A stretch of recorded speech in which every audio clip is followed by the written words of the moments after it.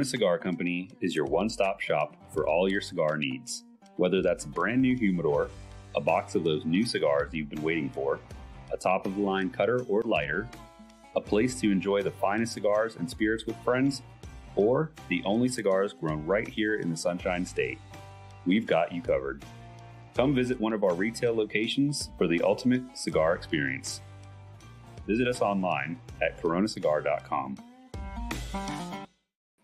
How about that cigar? Well, how about that cigar? Ladies and gentlemen, welcome to the Corona Cigar Studios for episode 223 of How About That Cigar Live. Thank you so much for joining us live on Facebook, live on YouTube, and of course, yourself now. Okay.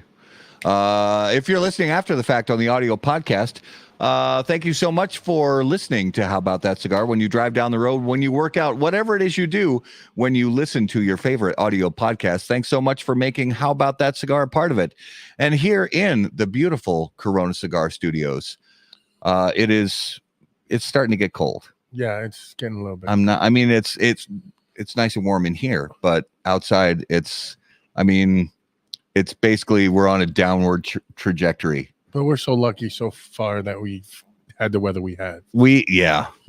I mean, it couldn't last forever. Yeah. It's been, kind of a nice run, but it couldn't last forever. No. It's just, I'm going to miss it. I'm really going to miss the nice weather.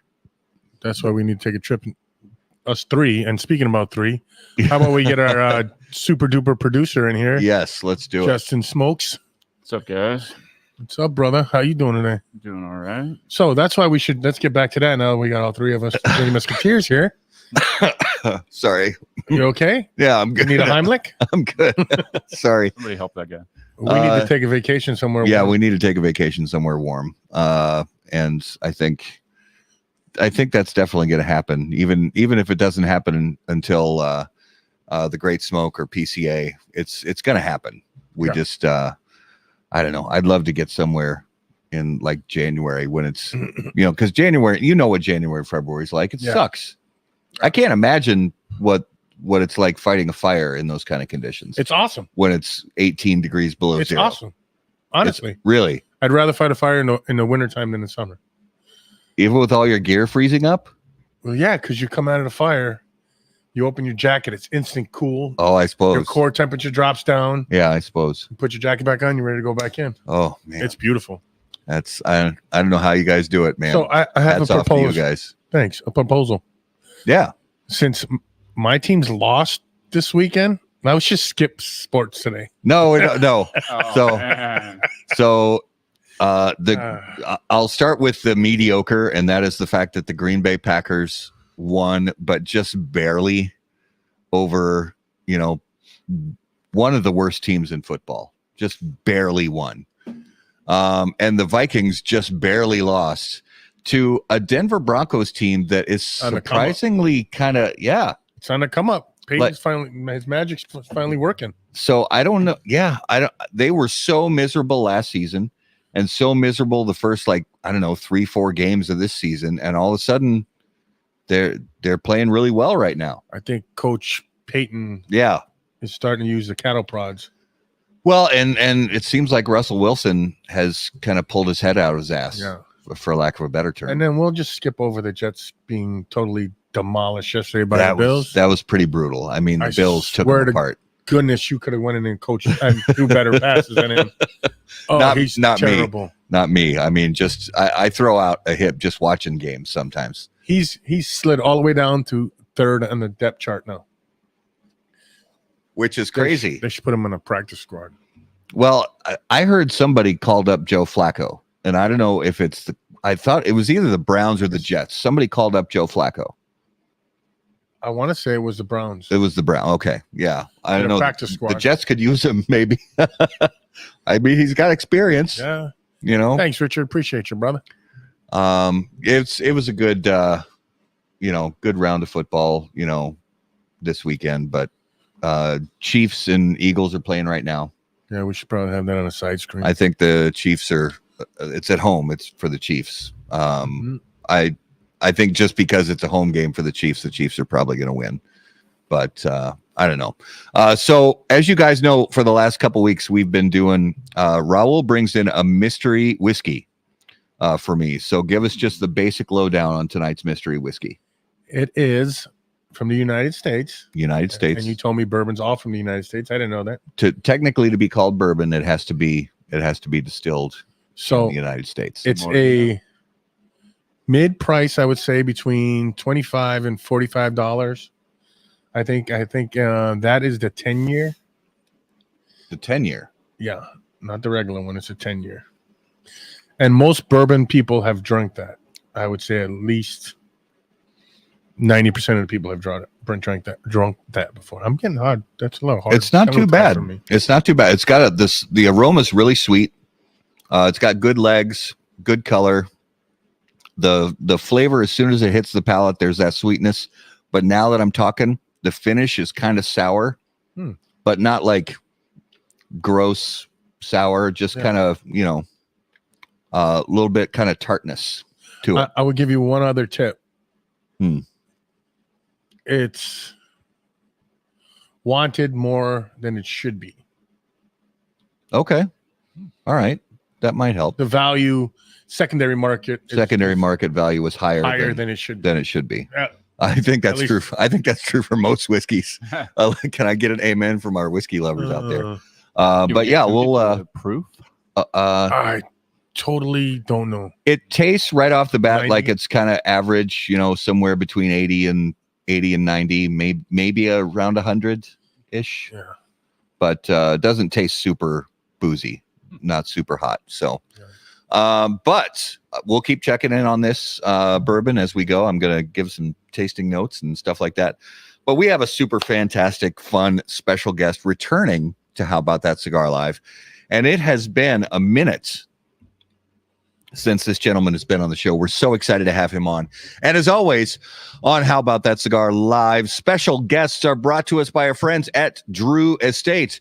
And Drew Estate originally introduced Chateau Real in 2007. Not long after that launch, this cigar brand mysteriously disappeared, and the story became that only of folklore, legend, and even controversy. Now, Chateau Real makes a triumphant return exclusively at Drew Diplomat Digital Retailers, a luxurious blend crafted to highlight the cigar's Connecticut shade forward flavor. Its balanced blend of well-aged Nicaraguan binder and filler tobaccos are wrapped in beautiful Connecticut shade wrapper leaf. This cigar is available in Robusto, Toro, and Churchill only at Drew Diplomat online premium cigar retailers and presented in 20-count boxes. For more information, please visit drewestate.com. All right, ladies and gentlemen, if you would please put your hands together. Welcome back to HBTC Live, Jeremiah Meerapfel. Jeremiah, welcome back to the show, my friend. Good evening, sir. Gentlemen, good, whatever it is to you. Good evening, I guess. Yeah, good morning to you, sir. Yeah, good, very, very early morning. Thank you so much for crawling out of bed at an extremely ungodly hour for us, my brother. We are very appreciative. Well, I'm happy to be here. I'm not appreciative you got me out of bed, but I'm happy to hear. And can you tell our listeners where you're at? I'm in Brussels, which is the capital of Europe. Okay. It's between France, the Netherlands, Luxembourg, next to Switzerland, Germany, right in the heart of Europe. So what time is it over there? Let's see here. It's 3:45. Okay. Yeah, a little early. Yeah. I again, thank you so much, man. We know it is not easy getting out of bed at Let me tell you something. I'm excited to be here with all of you, and I'm so glad to see you. That yes. makes all of this very, very easy for me, and it's going to be a wonderful time together. Yes. So do you plan on going back to sleep after the show, or are you up for the rest of the day? Oh, no. I'll probably light up my first cigar in about an hour from now and then kickstart the day. Yeah, that's a good call. So one of the things that we do here on the show to get things rolling is Raul has already got his cigar fired up. Brother, do me a favor, hold that up to the camera so everybody can see that beautiful cigar. nice and close up. Hold on, let me get around to that. There we go. So Jeremiah, you recognize that beautiful thing on the screen right there. Beautiful cigar, and I'm gonna fire one up right now as well. And I think were you able to get the? No, that's okay. So You got to go old school. we got to go old school. All right. So give me just actually, you know what? We're gonna leave him back there. We're gonna leave him back there, and I'm just gonna we're gonna do this old school. So there's my camera. See, we're going old school tonight, guys, because we had a little technical issue before, but it's all good.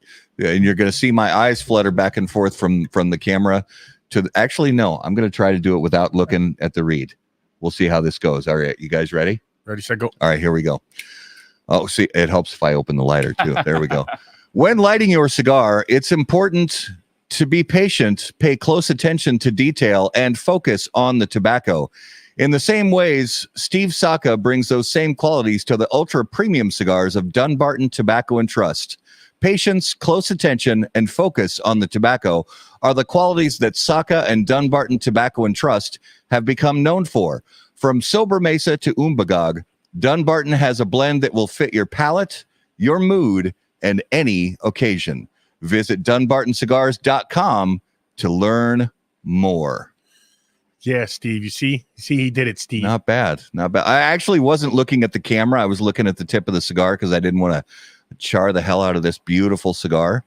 So I was just really trying to be cognizant of that. So we had a little trouble finding out exactly, or did we figure it out, what this cigar is, which one this is.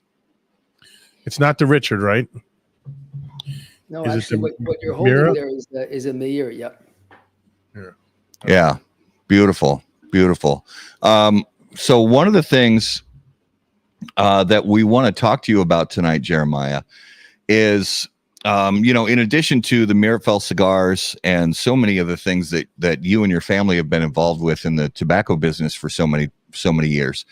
One of the things we'd like to get a feel for, kind of your what you were doing before, because we know this is a family business and it has been for 400 years, many decades, if not centuries. Yeah. But tell us about, so before, when you were coming up through schooling, primary school, college, what were your biggest interests? Because you think, okay, you're probably going to go into the family business, but you might not go into the family business. What were some of the things that really you were interested in before tobacco, that if you thought to yourself, I might do this instead of going into the tobacco business?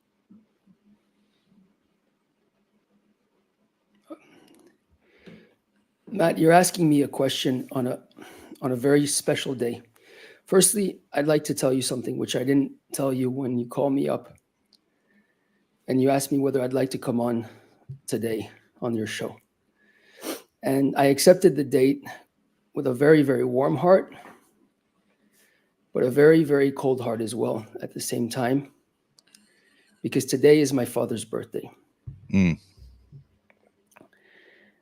And today is a day which I remember very clearly, exactly 20 years ago, day for day.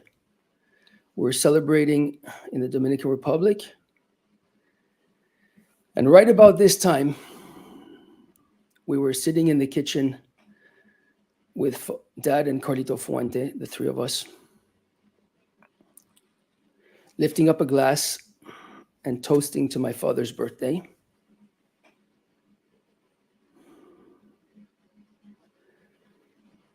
At that moment, my father had a call from his managing director in Central Africa to let him know that our companies down there had been expropriated by the government. This is 20 years day for day. Carlito will remember we were sitting in his kitchen. We lifted our whiskey glasses, wished my father happy birthday. And at that exact moment, my father's glass cracked and broke.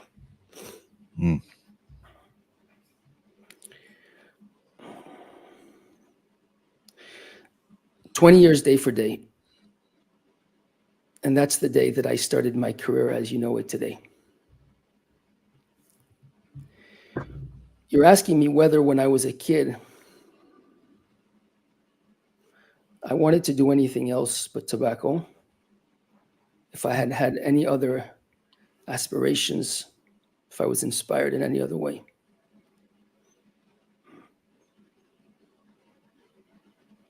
And the reality is probably none, for several reasons. Number one, I think everybody will agree that father figures are interesting characters in a man's life, in a woman's life as well. My father was in Cuba when I was a little child. We were living in Miami, first in South Miami Beach in the late 1970s. And then later on, we moved a little bit north of Miami.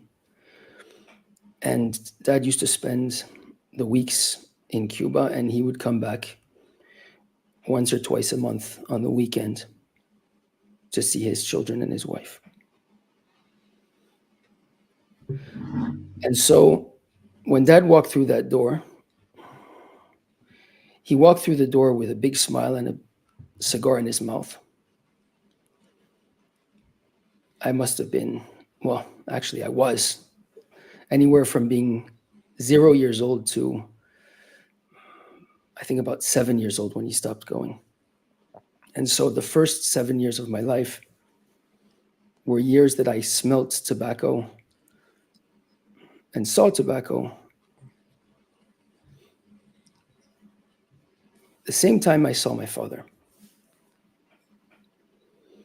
And so that indissociation between tobacco and Dad at such an early age of my life associated what a leaf is to a human being on an emotional level.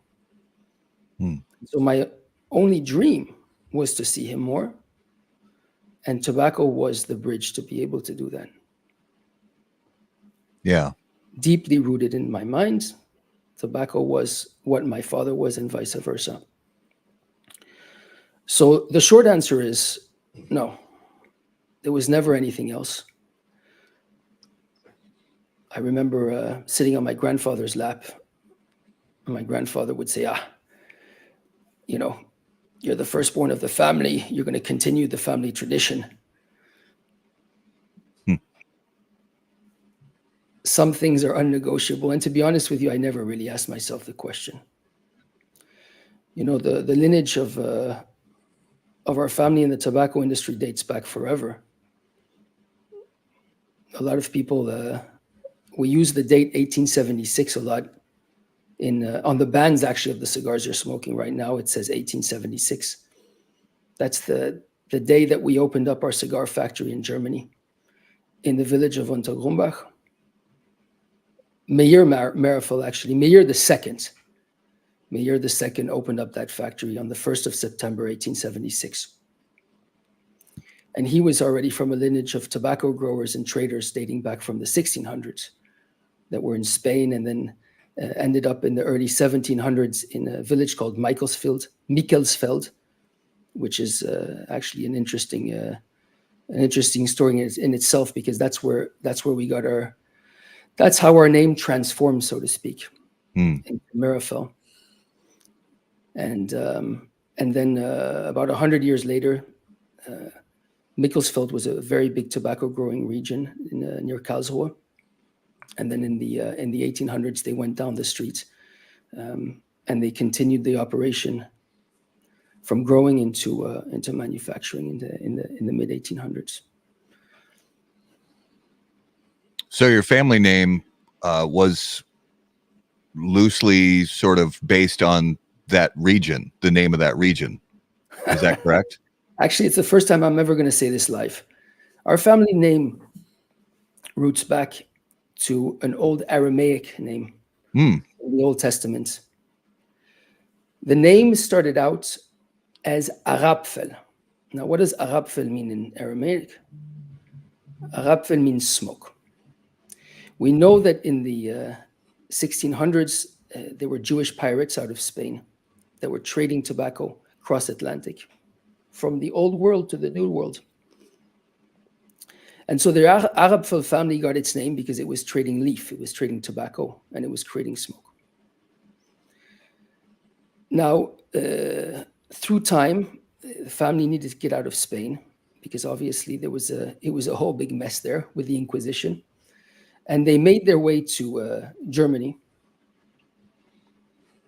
And in Germany, like many, many, many Jewish families, the names were Germanized. And so Meerapfel family arriving in Mikkelsfeld, being an old family from the sea, was changed to Meerapfel.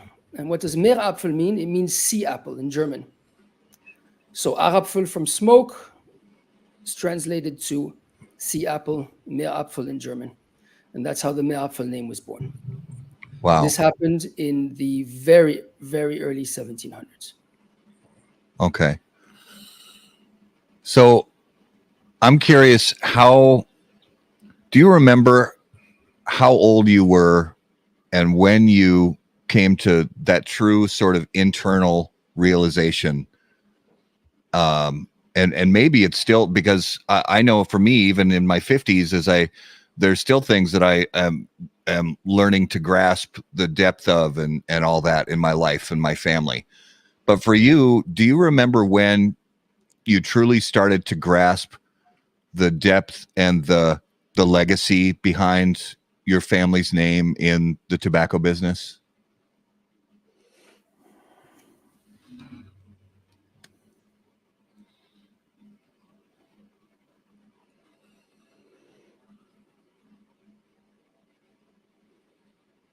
It's a very hard question.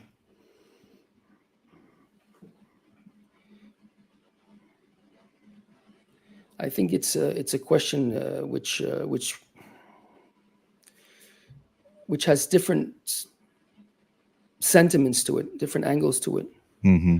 Because on one hand, you don't really pay attention to it on a day-to-day basis when you're trying to push things forward, when you're trying to not get swallowed up by history in creating a concrete future. But on the other hand, the history is so important and so necessary to create a future. So it's a bit of a mixed sentiment in respect that you need to use the history and the knowledge, and you need to grasp those values when things get tough, when things get difficult, and they get difficult for everybody in life. Things happen, disasters happen, problems occur, and sometimes things pull down your business or pull down yourself. And in those moments, the recollection and the strength you have, the attachment you have to your history is what keeps you sane and what keeps you grounded. And so in those moments, you remember that during the acquisitions, you were thrown out, you lost everything. In Germany, during the First World War, you lose everything. In Germany, in the Second World War, you lose everything. In Cuba, in the revolution, you lose everything. In Central Africa, during the coup d'etats, you lose everything. And every single generation, more or less, as far as we can recall, has gone through hell, doing what they love to do, believing in what they're doing. And it's comforting. It's comforting to know that whatever life throws at you or throws at your ancestors,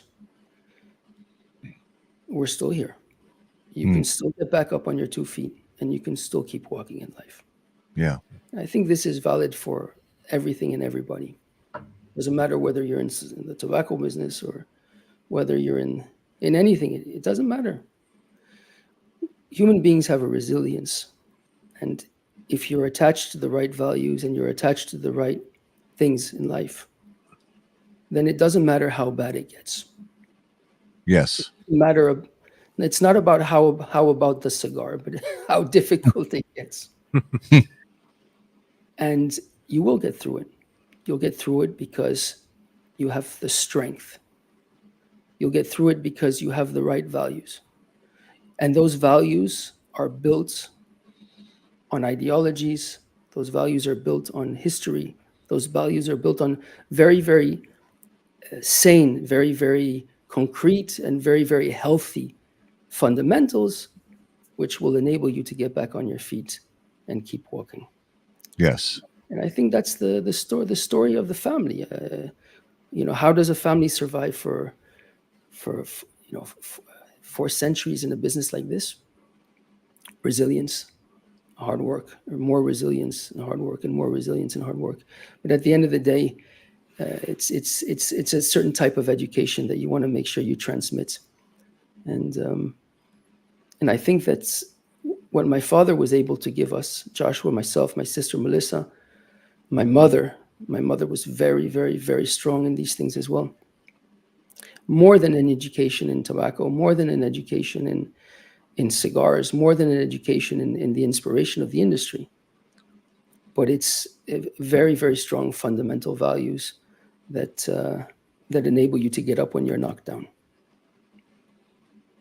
I love that. I love it. Yeah, it's a great story. Can you tell us about who you are as a man? We appreciate your family's history, but who are you? I've been asking myself that question for close to half a century now.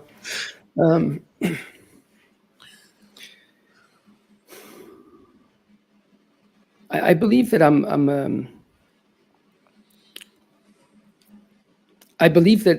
a bit of a mess or a melting pot between many different realities. On one hand, I was raised by a father and a grandfather that come from and a great grandfather and so on, which is very it's almost of an aristocracy as a family, so to speak. And when I say aristocracy, I mean aristocracy in a way of holding yourself, in a way of being, in a way of celebrating life, but also in an environment. The family is European, and clearly European. The German roots, which I grew up with, because my grandfather was very much German in his ways,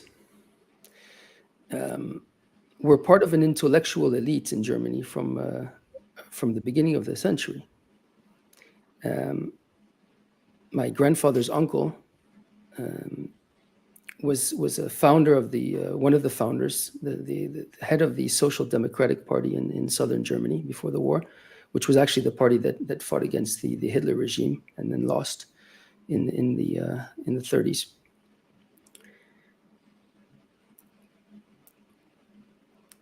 My father took a different direction in life. My father left school when he was 14 years old. Started working very, very young, disconnected himself with the family business for many years, until coming back after he had finished his work in Cuba. So my education was a mix. It was a mix between my father telling me, Jeremiah, you have to get out there and you have to work when you're 10 years old or 12 years old, because that's what forges a man. And you had my grandfather, who was more of an old school intellectual, that said, no, you have to study, and you have to go to university, and you have to get lots of degrees, and you have to develop your academic and your skills in terms of academia, and all of that was mixed up in a cocktail shaker and then kind of thrown at a wall, basically. And the result is exactly that. The result is exactly that. I started my training in the cigar industry officially when I was, I think, 13 years old, if 12 or 13. I started training with various manufacturers, going to Africa, spending 2-3 months in the summertime, a month and a half in the wintertime, and every other vacation in the book. So talking about maybe 3 or 4 months of full-time work a year as a 12 or 13-year-old until I finished school. But then going to university and then spending on an executive level, and this was not fun, but something I did. Running a company and spending close to actually over 14 years at a university level and finishing off in a doctoral program in Cambridge for 8 years. Mm-hmm. So, all of this put together in a shaker, you have kind of a mixture between a street dog and I don't. So you kind of get the picture. Mm-hmm. I wouldn't say that I have a preference over one from the other. I don't think any of it is important. I think in life, again, what matters is who you are and not what you've done or what you're doing. I think what's important, again, going back, is the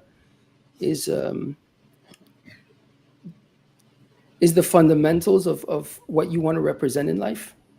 And I think this is a good message to anybody listening, any of the new generation maybe listening. I think the most important message that I can give on that level is the biggest value that a human being can have is how he treats other people. Mm. It's what he does for the world, not in terms of building business or making money, but in terms of leaving light behind you and goodness behind you, leaving traces of positivity that enables us to bring spark into the darkness. I like that a lot. And if you can use all of your experiences, whatever they may be, whether it's throwing seeds in Connecticut or rolling a cigar in the Dominican Republic or transplanting a tobacco plant in the middle of the African rainforest, I think the most important thing in a human's life is the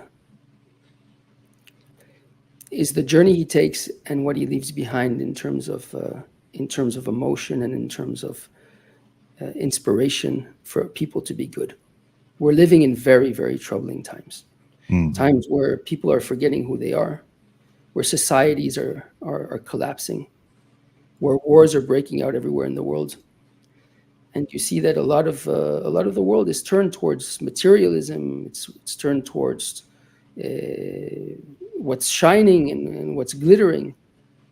And I think that's a huge reminder and a very big opportunity for us and for our children to take a step back and to realize that if we want to make life magic, if we want to be the real royalty of the world and the real aristocracy of the world, it's not about your position, it's not about your money, it's not about the car you drive, but it's the way you hold yourself, the way you speak to others, and the energy you bring to this world. And that in itself can change the world. And I hope that answers your question, Matt. Yes. Mm-hmm. Well, along those same lines, if you go back to what you were saying about leaving light behind you and leaving positivity behind you in your wake, wherever you go in life, whatever you do in life, those values have also been expressed very deeply by members of the Fuente family. And I know that relationship for you and your family goes back a long ways. Talk to us briefly about what the relationship with the Fuente family means to you and what so maybe even some of the origins of that relationship between your two families? I started the show by saying that today was Dad's birthday, and the last day I ever saw my father was on his birthday in the Dominican Republic, sharing a scotch with him and Carlito Fuente at Carlito's house in the Dominican Republic. I'll explain to you the relationship that my father and I and Joshua have with the Fuente family.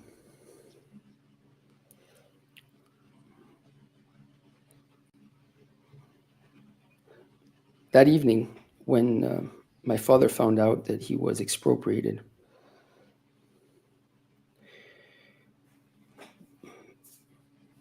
he didn't break down. He didn't cry. He wasn't all over the place. He wasn't phoning his lawyers. The only thing he did was look at Carlito Fuente in the eye and tell him, don't worry. I'm there for you. I'm there for your company. I'm going to make sure. I'm going to figure out, and you don't have to worry. Carlito Fuente was a little brother to my father. My father considered him his brother. End of story. And everything he did in his life, everything, from the moment he woke up to the moment he passed away, was to make sure that his family was safe. To make sure his family would be better off, unconditionally, at whatever cost. Now, the cost was very high. He passed away a week later. But answering your question in any other way would be diminishing the significance. And I believe that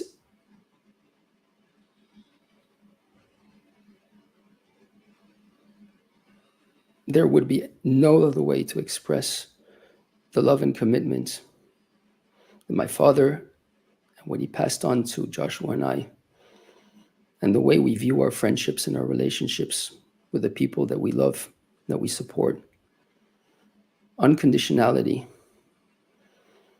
is a word that is not just a sound coming out of our mouths, but something that we've lived by for many generations. And we're very proud of that. It makes us who we are. It also makes us pains in the asses. It also makes us very, very difficult to live with. Because I can tell you that having people that are so hard-headed and so adamant and so whole, when I say whole, I mean entire in the integrity and in the, it's not easy. You need to be okay. Listen, not everybody wants to hear the truth, or at least the truth as the person across from them sees it. But on the flip side, it's real. Yeah. Well, and there it's true that there's people who care deeply and hold relationships deeply and feel things deeply are fiercely loyal and fiercely hard workers, and they think deeply also into their work. They think deeply into their families. They think deeply into their, most of the things that come into their life. And that really does kind of translate with what you're talking about. And you have to throw in a little stubborn too. A little stubborn, yeah. About what they care about. They're willing to run through walls for that. Exactly. Sorry, gentlemen, I didn't hear the first part of what you just said. For some reason, the system cut off here. No, it's can you hear us okay now? Yes. Okay. Well, I was just saying that it falls in line with what you were talking about, that the fact that people who feel things deeply and have deep emotions and deep relationships in their life also happen to be fiercely loyal. Mm-hmm. And Raul brought up that comes with it a natural sort of stubbornness, which is actually a good thing. Yeah. No matter what you say about people I love, Yeah. I'm not budging on it. Yeah, that goes into the loyalty piece of it. And we know you have that. We know your family has that. We know the Fuente family has that. Because it's been demonstrated for decades, and more than even decades. And you can hear that, you can feel that in what you're saying, Jeremiah, that it's real for you. This is way more than just, that's why I mean, I had so many cigar questions lined up, but I'd just rather talk about family and legacy and the future and things like that. Than, I mean, we can probably talk about tobacco a little bit too, I guess, but I'm just loving this kind of deep conversation, because it really goes to the root of everything in the world, whether it's cigars or spirits or wines or great literature or great music or great art. Food. It goes beyond all of those things, because none of those things would exist without fierce loyalty and deep relationships and deep caring. That's right. So this is what it's about. Yeah.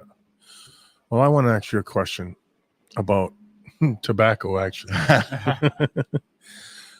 Tell us about the journey that you have to take from the minute you land in Africa all the way to the farms. I watched one of your interviews and I was mesmerized of you telling that story of landing in the farms, that the soil's so fresh, it's so clean, it's like Adam and Eve's soil. Can you tell us a little bit about that and your feelings when you go back to Africa? I can tell you how I wish it was. I wish I got off a plane. Right. Ended up in a beautiful field 10 minutes later, getting out of my nice 4x4. That's not so. Irrigation and electricity and having a super efficient setup. And yeah, that's what I wish. No, joke aside. Listen, for some nasty reason or some game that somebody up there is playing, anything which is very precious is impossible to get. Whether it's gold, diamonds, whether it's Cameroon, oil and gas, or whatever it is, there's a nasty truffles, you name it. Anything which is very, very, very special is impossible to get. And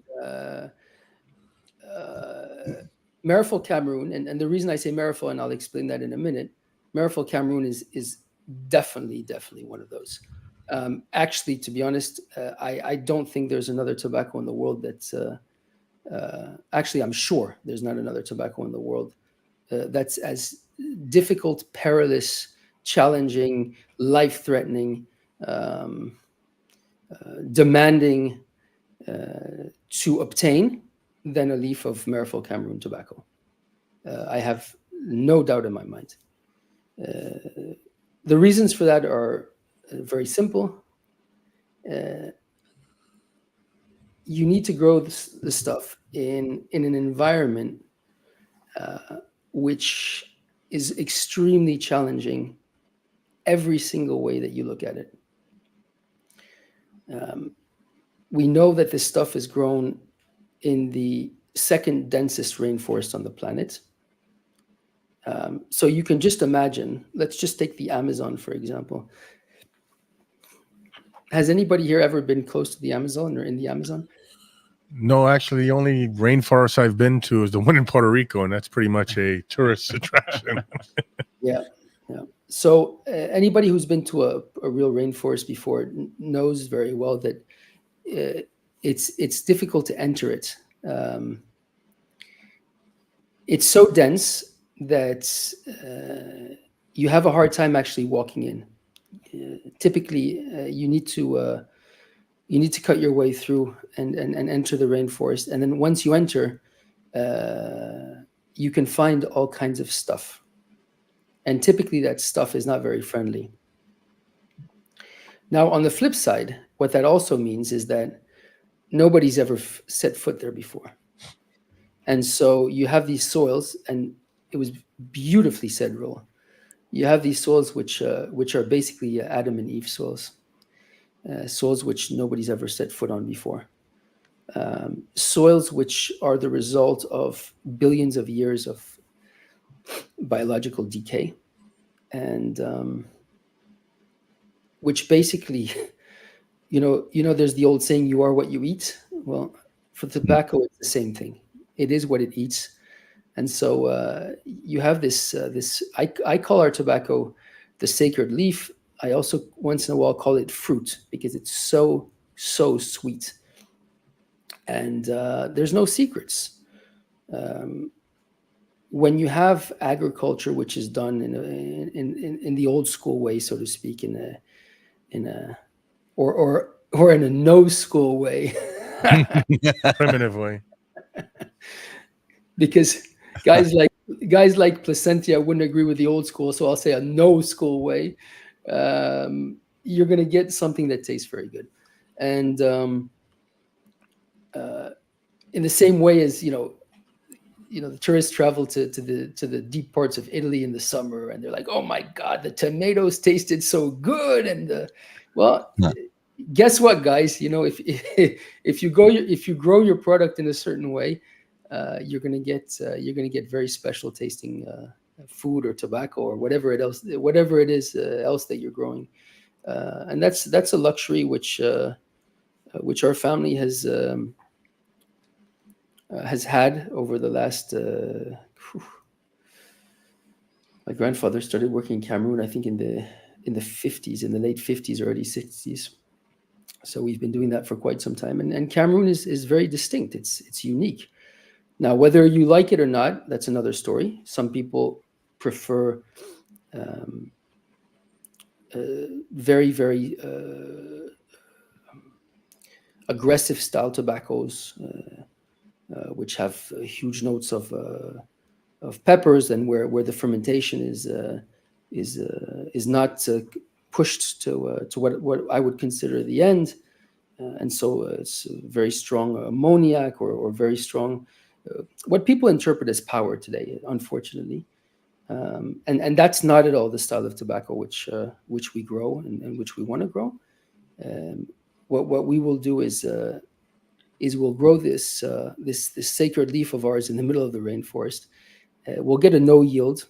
It's very, very complicated. We have huge amounts of problems, including disease and all kinds of other stuff, insects, you name it. It's elephants walking through the fields and trampling entire plantations, because we have many, many different plantations. We work with little micro plantations, and we have about 3,000 of them. And then from there, we'll take the tobacco, which you can already imagine that there's I don't know, 5 or 6 or 7 leaves out of 40 or 50 leaves, which are suitable to maybe end up in a bill, and then we'll bring it into a center, and in those centers we're going to start pushing fermentation. And that's another part of our process. It's another part of the Meerapfel Cameroon product which you're enjoying, because we ferment in a way that there's not a single person on the planet that would ferment in this way. And the reason for this is because during our fermentation, we destroy a significant part of our tobacco. The tobacco is, fermentation. All of you understand the notion that you're basically cooking the tobacco, right? You're putting the tobacco in mass, that has humidity, it has weight, and it's heating up. And the effect of the heat is to remove from the tobaccos what I call the poison, so to speak. So you're removing the ammoniacs, and you're removing all of the gases and the poisons, which give tobacco an aggressive, an aesthetic, Yeah.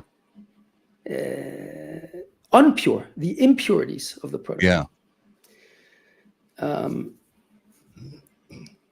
Which is why it's so important that the premium cigar industry is separated from any other tobacco products. Is most probably because of the processes of fermentation, where these impurities are extracted, and you end up with an unbelievably noble product, per se.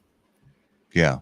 But we're pushing this to such an extent that there's a huge amounts of damage which is done on the leaf on a physical level, because we always privilege the taste and the intrinsic quality of removing the impurities to the yields that we get on the crop.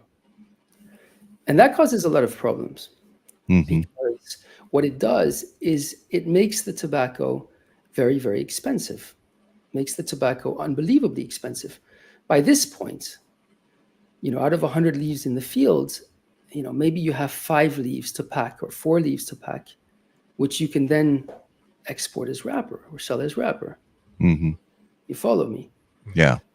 So this is a process which we're definitely, 100% definitely, the only company in the world that would work in this particular way. Because again, we set up our processes for taste and not for the lucrative side of the business, not for the fact that we want to optimize, or that we privilege the optimization of the business per se, but we're privileging the intrinsic quality of the leaf. And so what happens is manufacturers end up with the tobacco, which is expensive. It doesn't yield very well per se, certainly compared to the tobaccos coming out of Ecuador, or coming out of Nicaragua or Honduras, and that's difficult. That's very, very difficult. It's difficult for them. It's difficult for us, and it makes everything very, very expensive and labor intensive afterwards. Yeah. The resorting, but. And this is where we've never bent, or we were never overly excited to change our ways. That leaf tastes so good. Mm-hmm. It does. It does. This is an outstanding cigar right here. Yeah. I'm Outstanding. really enjoying this cigar.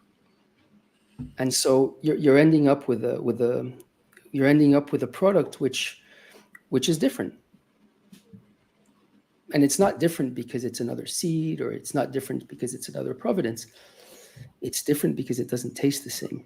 It's different because it doesn't contain the same impurities, and the effect that has on the palate is unique. And this is why when anybody in the world lights up a Meerapfel Cameroon leaf, or a cigar that has a Meerapfel Cameroon on it, it is so clearly distinctive. And it's not because I'm wearing a hat, or my grandfather's glasses, or because I walk around the Dominican Republic with a scarf and an oversized suit, and I'm sweating my ass off. No, that's because I don't want my father or grandfather to slap me across the face because I haven't dressed properly and I disrespected the people I'm with. No, it's not because of all of that. It's because the product speaks for itself. The product is different. The product is noble. And, earlier on we spoke about what keeps a family in the business. How does a family survive for so many centuries? It has nothing to do with the job itself.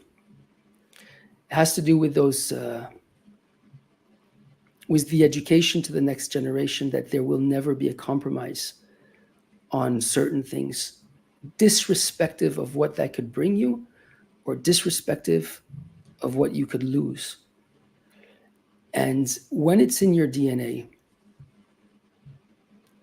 that you rather burn down the castle, you rather bring everything down to shreds, you rather destroy everything that was built before you, rather than sell your soul to the Ferrari or the Maserati or the Rolls Royce or that extra house in the Bahamas. Yeah. If you're willing to do that, then you're also willing to secure a place for your children, your grandchildren, your great-grandchildren in a very special place. And let me tell you, gentlemen, that place is not only the tobacco or the cigar industry. That place are the carriers of light we were speaking about earlier on. That place are the ones where your children and my children can sit down and have common values of peace, of love, of humanity, of intellectual ability.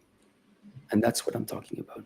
Mm-hmm. That's expressed through the way you conduct your art, which is growing tobacco or making shoelaces. It's irrelevant. Right. I love it. I love it. So one of the things that I'm curious about for you and the people who, because there have been cigars in the past, where they've carried the Meerapfel Cameroon tobacco on the wrapper, and there have also been cigars in the past that have carried the Meerapfel name on the band. But this project now, what you guys are working on right now, these cigars that we're even smoking right now, this is a new thing. This is something new and special. And I'm curious about because everybody, whether they compose music or they blend cigars or they do sculpture or a chef who makes meals or a vintner who makes wine, everybody's got their own process for that creative process.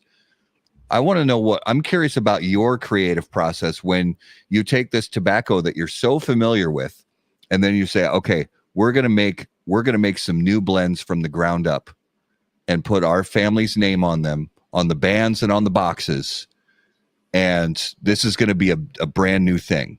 So talk us through your creative process with you and the other people who helped create these cigars, and sort of your philosophy behind it. Well, first of all, this is not a new thing. If you look at your bands on the cigar, there's a date on there. The date on there is the date that the Meerapfel Cigar Factory was brought up in Germany in 1876. So that's an important thing to keep in mind during the next few minutes of this conversation. The second thing is this very special day, actually 20 years ago. My father's birthday, 20 years day for day, on the 20th of November, 2003. And then things that led up to his passing away, which is a week from now, 20 years ago.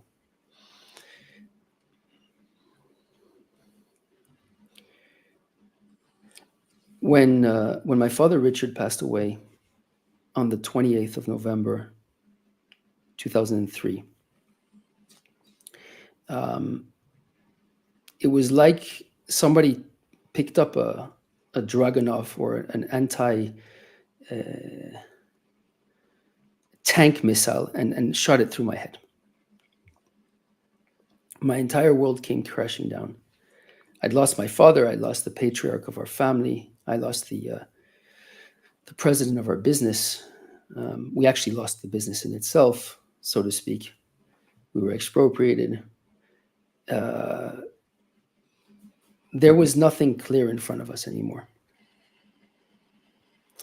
But then earlier on, we spoke about catching on to those values. And so the only thing that I could do at that moment was say, okay, what must I do? What's my responsibility right now?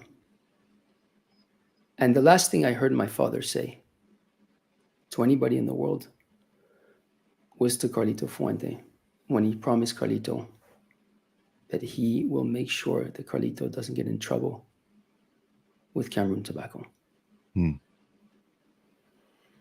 And I called up my brother and my grandfather at the time, who was still alive. He was in his 80s. And I said, I'm going back to Africa.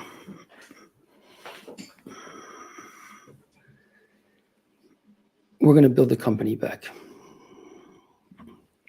Now, you need to realize something. I was 24 years old. Mm-hmm. We just had a coup d'etat in Africa, one of the worst dictators in the history of Africa. I think you can find it in Time magazine. He was one of the 30 most bloodthirsty dictators to take control of sub-Saharan Africa, drinking the blood of children, thinking that it keeps him young, and taking control in the Central African Republic. So picture this. You have a 23-year-old or 24-year-old kid taking a flight, going to the middle of the jungle to confront a man that just expropriated the family, to rebuild a business in the middle of nowhere. Because the last thing he heard his father tell his best friend is, I won't let you down.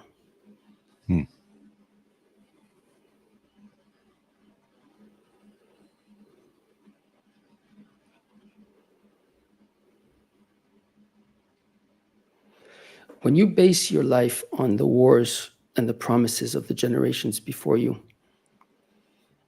it sets the tone.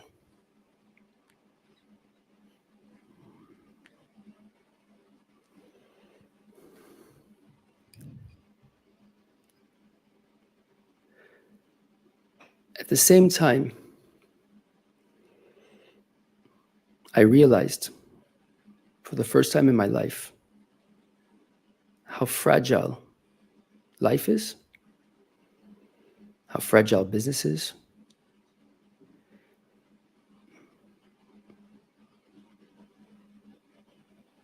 and how quickly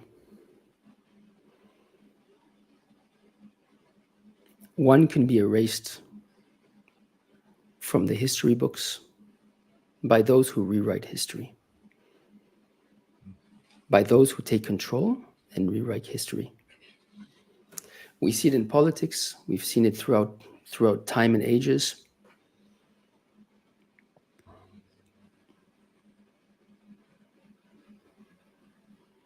At that moment, I realized that I did not want my father to be erased from the history books. You know, 20 years ago, Matt, outside of the industry, very few people in the world have ever heard about Meerapfel or Richard Meerapfel. I mean, still today, people are learning, but certainly 20 years ago, most people had no idea. Mm-hmm. And the reason for that is because for many, many years, well, first of all, communication wasn't the same, but also for many, many years, particularly my father and my grandfather had been behind many of the great men of the industry, or the industry itself. And so when Dad passed away, one of the missions I had for myself was to make sure that he would be remembered. Him, and then later my grandfather and my great-grandfather and the great-great-grandfather, and these wonderful people. Actually, I don't know if they were all wonderful. I didn't know them personally. And to be honest with you, I think some of them had a hell of a character. Looking at myself in the mirror, I can't say I'm wonderful, but joke aside, these are incredible people with incredible stories, unique, absolutely unique, and contributions to the industry, which I dare to say is so unique. It's part of the fundamentals of the industry itself. And so this crazy idea came in my head, and I said, you know what? Our factory was burnt down during the war, during the Second World War. And since then, we never had a Meerapfel cigar again. Would this not be the right time to introduce it? And obviously, the first one was the Richard Meerapfel. Obviously, it was a very, very, very, very, very special project. And the aim of it was to make sure that my father's legacy, his name, would exist after my time and after my children's time, that people would remember. It would spark an interest. They would read about it, or they would pick up a cigar and they would sit down and light it up and say, who was Richard Meerapfel? What did he mean to the industry? What does he mean to me? What did he contribute? And that's what I wish. I wish for when somebody lights up a Meerapfel cigar, they connect with the person who's behind it. Not the person who created it. And I'll answer your question, don't worry. But the person who's behind it. And they can spend a moment with that person. Because my dirty little secret is it was my way to spend a little moment with that person. It was my way to sit down and to light up a cigar and connect with my father and my grandfather and my great-grandfather. That's not a dirty little secret, brother. That's beautiful. Honestly, that's profound. And yeah, that's what it's about. Now, the creation.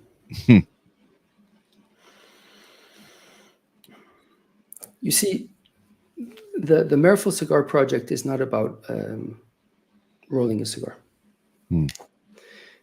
It's not about putting a band on a cigar which has our name on it, or sticking our name on a box. Far, far, far, far from. You see, when you go back for hundreds of years, and I see what my father, my grandfather, and the great-grandfather, when I see what all these guys did in the industry, there was huge amounts of innovation. Meyer II moved from Mikkelsfeld down the road to Unterkrombach in Germany, and he set up a cigar factory. Now, that in itself is an interesting move, because he's going from growing tobacco. Mikkelsfeld was a big growing tobacco region, and he was the biggest tobacco grower in that region. To setting up a rolling operation in the mid 1800s, which is quite interesting to say the least. Then you see his son, Ernst, and his son, who was captivated by the history of his ancestors who were on the boats, decides that he wants to travel to the other side of the planet by ship, obviously. Starts growing tobacco in Indonesia. And then you have my grandfather. By that time, he's back in Germany. You have my grandfather going to Cuba, becoming the largest exporter of Cuban tobacco in history. This was at the time when Che Guevara was still Minister of Industry. Then continues, and there's quite a few stories with Heller, for those who know him, and he's smiling right now. And then you have my father, who when he's, I think 16, 17, 18, in this, I think 69, he goes to Cameroon, befriends the Pygmies, because it's the forest of the Pygmies there where we are, Now, you need to remember, this is the late 60s. Nobody's befriended the pygmies. They're not known to being very friendly with the local population, yet alone with people coming in from the outside. And my father ends up being very, very, very, very close to them, and actually in a way that's most probably why I think he fell in love with the region and decided to commit his whole life to building the wrapper business and his business, so to speak, in that area. You have these huge innovators in the family, and so I'm sitting there, and this is now 20 years, almost day for day, and I'm sitting there thinking, how the hell am I going to innovate anything in this industry? You know, taking something which we all know and we all love, and many of us are decent, to say the least, and some even talented, at creating a product which, let's face it, has never been better in the last 50 years. You know, cigars today on a general level are fantastic. Mm-hmm. How do you reinvent anything here? And so I spent about 17 years trying to figure out how to add anything. Now, 17 years is a long time, which goes to prove that I'm not that intelligent if it took me 17 years. Because most of you guys will be like, I could have done this in a week. No, not a chance.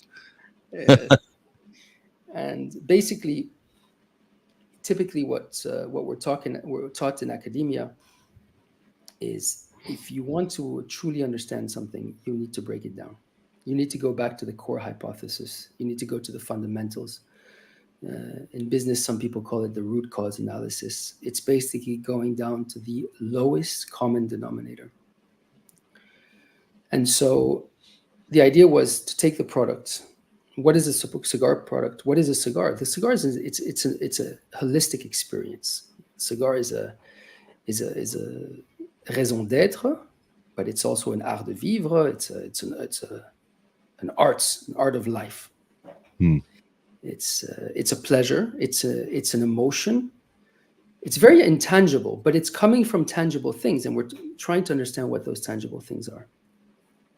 And so I started to deconstruct everything, absolutely everything. I started with the cigar itself. What is a cigar?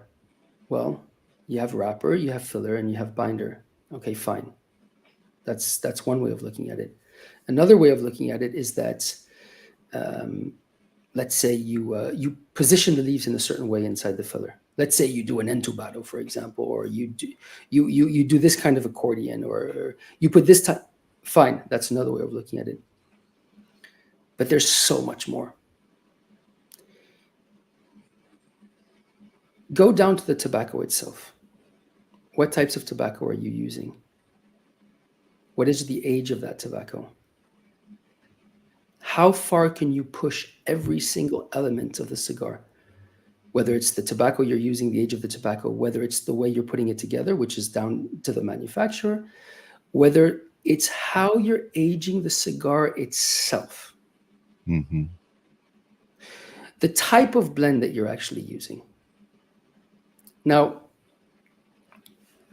the Meerapfel Cigar Project is not your typical commercial cigar project. The idea is not to go out there and sell cigars. The idea is to reinvent a part of the industry, to create something new and something old at the same time, something special, something that adds value, something which is unique, something to pay tribute to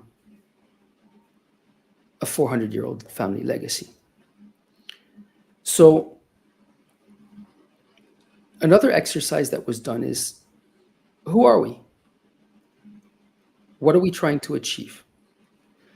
You know, you have your, let's say you have your show. How about that cigar, right? One of the things you're doing is in a way, whether you're doing it consciously or not, is you're trying to achieve something. You're trying to portray something. Your product resembles who you are in one fashion or another, correct? Yes. You don't have palm trees behind you, or you don't have girls from Tahiti going haduda around you right now. You're in a certain setting, okay, and you're under a certain format because there's a connection between where you are, where you came from, and what you're trying to achieve.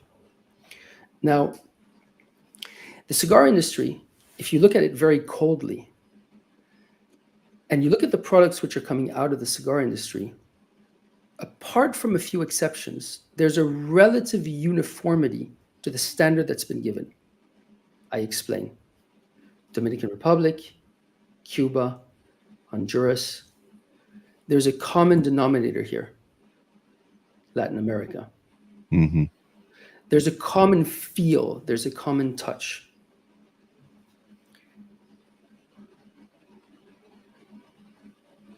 Whether that touch is felt on the packaging side, or whether that touch is felt on the product side itself, what I mean by that is the style of the smoke, the style of what you're actually enjoying, there's a common thread. Who am I? What is Meerapfel? Meerapfel, in effect, is an old European tobacco family, which, interestingly enough, is the roots of the families which created the industry in Cuba. They were Spaniards. What is this? I don't know what that is. You froze. There, it's gone. That was fun. Whatever virtual, it was. Virtual reality stuff in this room. The industries were created by these generations of people that came in from Europe. And that identity was lost over time. And the new identity was then recaptured on the other side of the ocean. But Meerapfel has consistently kept its identity going back for hundreds of years. There's a reason, and I joke about this, but it's important that you understand. It's important people understand. There is a reason why I'm wearing this hat. There's a reason why I'm wearing these glasses. I don't just want to look, or let's take the just out. I don't want to look cool. I don't look cool. There's nothing cool about this. What it is staying, how do you say fidèle in English? Staying loyal to who you are and to what you are and to where you came from. That's all it is. In the same way as your parents are going to teach you how to hold a knife and fork, teach you how to greet people when they walk through the door. In the same way as the appearance has remained consistent. If you go back for the last 200 years in the family, you'll see that the look and feel, or at least the last 150, you'll see that the look and feel is exactly the same. Very, very similar. So again, what is Meerapfel? And Meerapfel historically is European. I wouldn't use the word royalty because we have nothing to do with royalty, but it's a type of people that privilege certain values, certain education, certain tangible and intangible concepts, which remain constant over time. And this is, whether it's ironically or it's paradoxically, this is also what created European luxury. And I'm not speaking about myself or my family. I'm speaking about the families which were responsible for creating European luxury. Now, what is European luxury? European luxury is Hermès, Chanel, Bugatti, Rolls-Royce, Pagani, Louis Vuitton, blah, blah, blah, blah, blah, blah, blah. These are all old European artisans that have a similar background to our background, so to speak. Many of them are multi-generational, some of them are not, some of them are, who have unconditionally put an insane amount of investment, whether it's intellectual investment, whether it's innovative investment, whether it's financial investment, into bringing their product to a level which is very, very, very complicated to reach. Everyone's following me? Mm-hmm. And this is the basis of what the Europeans consider to be uber luxury. You're bringing a product to a level which is very, very, very hard to achieve. And you're doing it not because you're putting a price tag on something. You're doing it because you're deconstructing every single element and bringing it to a level which nobody else around you is either capable of doing or willing to do. Or willing to do. Yeah. Okay. And the reason for that is because typically, we've got our little, there it went.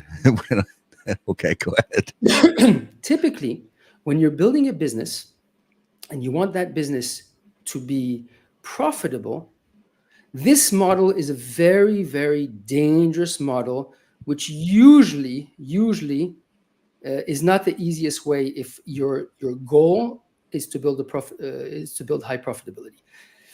Okay, if we take the European models of high profitability, and I'm not going to talk about Bernard Arnault, who built an empire around luxury with his LVMH group, because that's something which is relatively new. Okay, but if I take the old models of uber luxury of Europe, whether it's Rolls-Royce, whether it's Pagani, whether it's Patek back in the day, et cetera, most of these people, most of these companies struggled to be profitable. Why? Because it is very, very difficult, and it is very, very unprofitable to play this game. You're playing in a league where everything is so complicated and everything is so expensive and everything is so demanding that none of the focus is on optimization of profitability and what you learn in the business schools. None of it.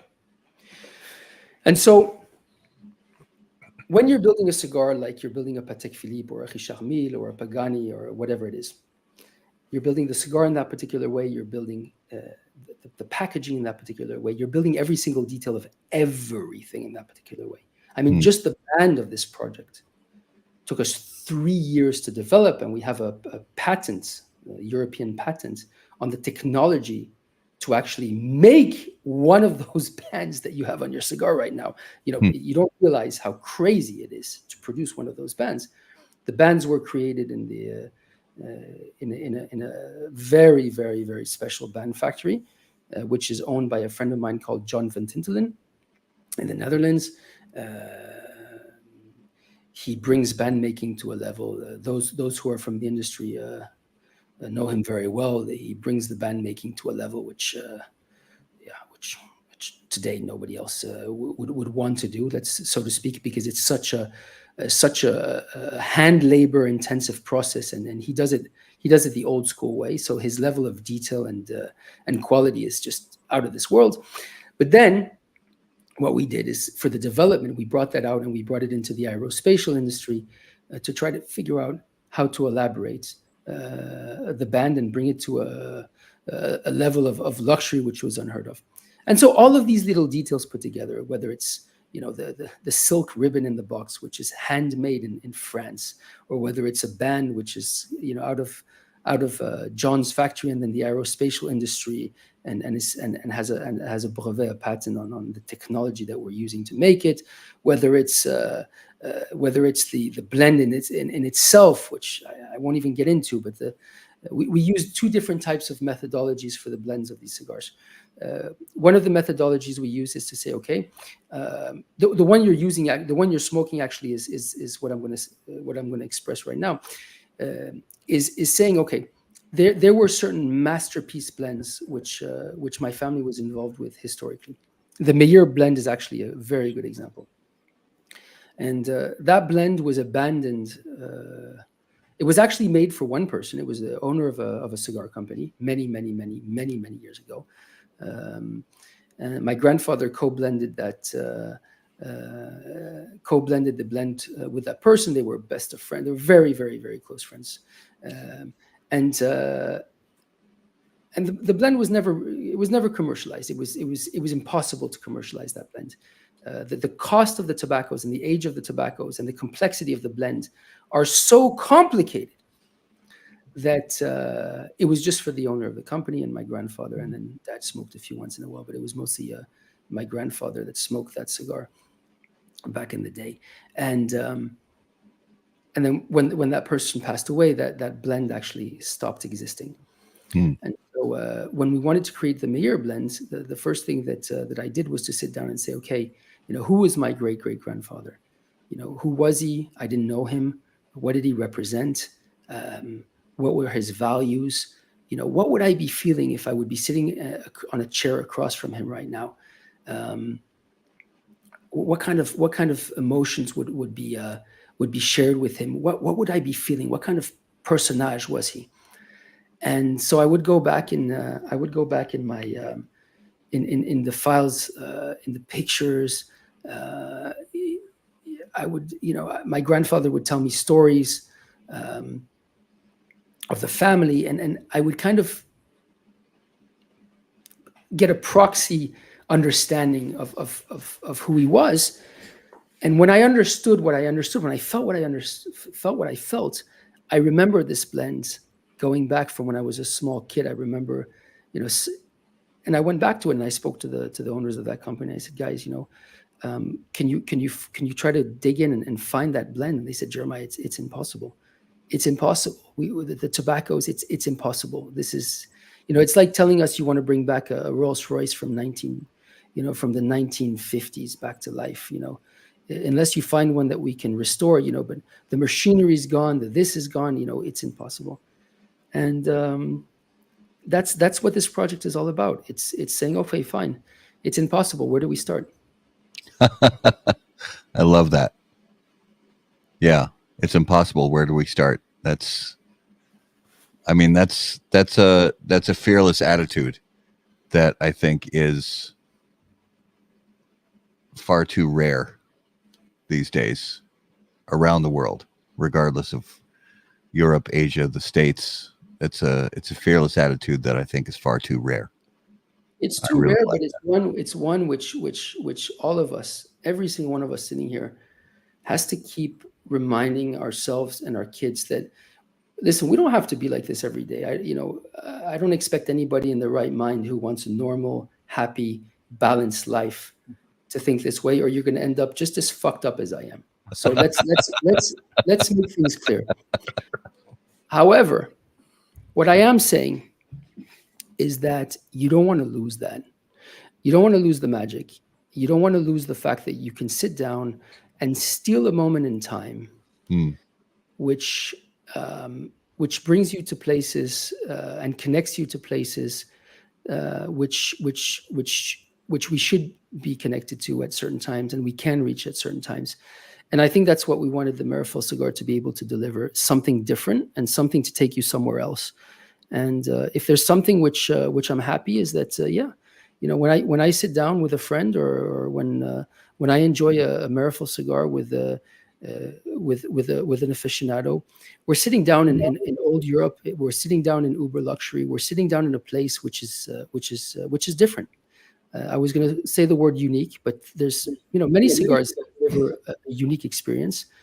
This is just another one. It's another place. It's another setting. It's another feeling.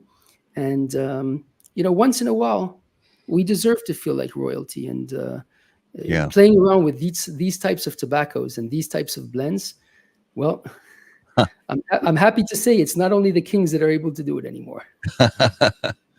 Well, one of the things I wanted to ask you, and you already brought up a little bit about it, as far as for for so many of us here in the States, we don't experience, and we didn't grow up with experiences of the ways that people interact and the way that the different cultures of Europe, we didn't experience those. And so I'm curious, because we're coming into the holiday season. So for you and your family, what's one of the most important things that you as a family look forward to for each holiday season?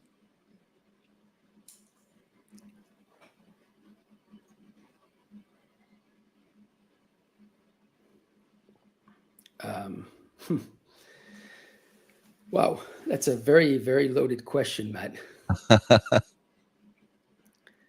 I think what anybody in their right mind looks forward to during a holiday season is being around the table with their families.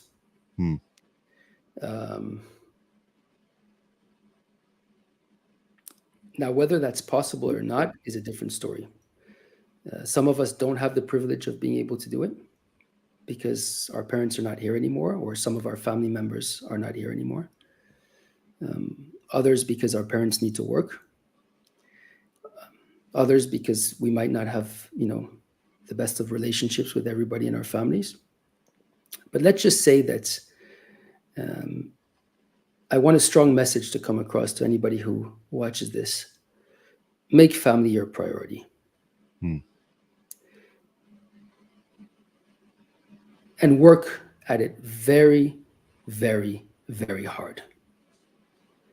Now, there's exceptions. And those exceptions are understandable. But in general, work at it and make sure that you honor the people around you whilst they're alive, because when they're not there anymore, it's too late. Yeah.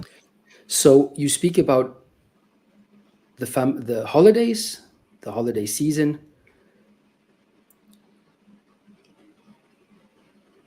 Look at it as a festive moment.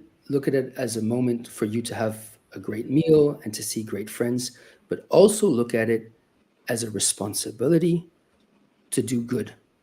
Bring your family together, reach out to people that are less fortunate, reach out to people who may not have a home to go to. Whether those people are close to you or not, it's irrelevant. You have a responsibility and you have an opportunity, again, to bring a huge amount of light into this world. Use it. Use it. Yeah. We have a short journey, a very short journey. I saw this cartoon once, and it brought tears to my eyes because of how realistic it was. It was a little girl. I mean, you've maybe seen it on whatever, Instagram or one of these social medias. It was a little girl looking into a mirror, and she had her finger pointed at the mirror. And across from her, there was a very, very old grandmother looking at her straight in the eyes. And it was herself. And the grandmother was telling her, enjoy, because it goes very, very quickly. And that's for those who are fortunate enough to live a long and healthy life. Mm-hmm. Others are less fortunate. And if we don't all admit to ourselves, realize, take upon ourselves the opportunity and the responsibilities that we have within that time frame of actually doing something positive, I'm very, very, very afraid that we regret it when it's way too late. Yeah. And so let's remind ourselves that I think this week is the week of Thanksgiving, if I'm not mistaken. Yes. Yes, sir. So I think it's very appropriate, actually, to remind ourselves more than once of the responsibility that we have. Not only to thank other people, thanking people is wonderful, but of taking upon ourselves responsibilities of making people happier, of committing to doing good things.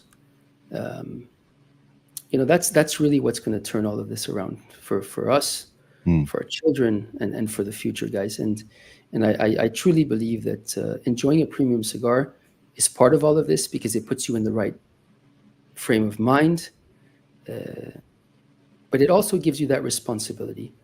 If we are going to be the ones that are going to be holding the torch, and the cigar is a torch, then let's use it to spread light, and let's use it to do incredibly positive things around us. And so that's I think my message for anybody in a holiday season of what I would like to do. Amen to that, brother. This whole thing, this interview has been profound. Yeah. You've said so many enlightening things. And as I'm going to watch this again, I'm going to have a little notepad down, take some notes, because you have been an incredible guest, and I'm honored to be at this interview with you. I just want to thank you.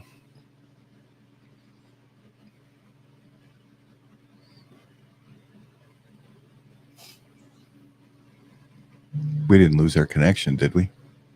Now you're back. I'm sorry. Oh. I missed you. Raul?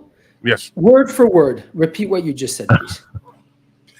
This whole interview's been profound, and I'm going to have to sit back and watch it over with a notepad and take some of the lessons you've given us tonight.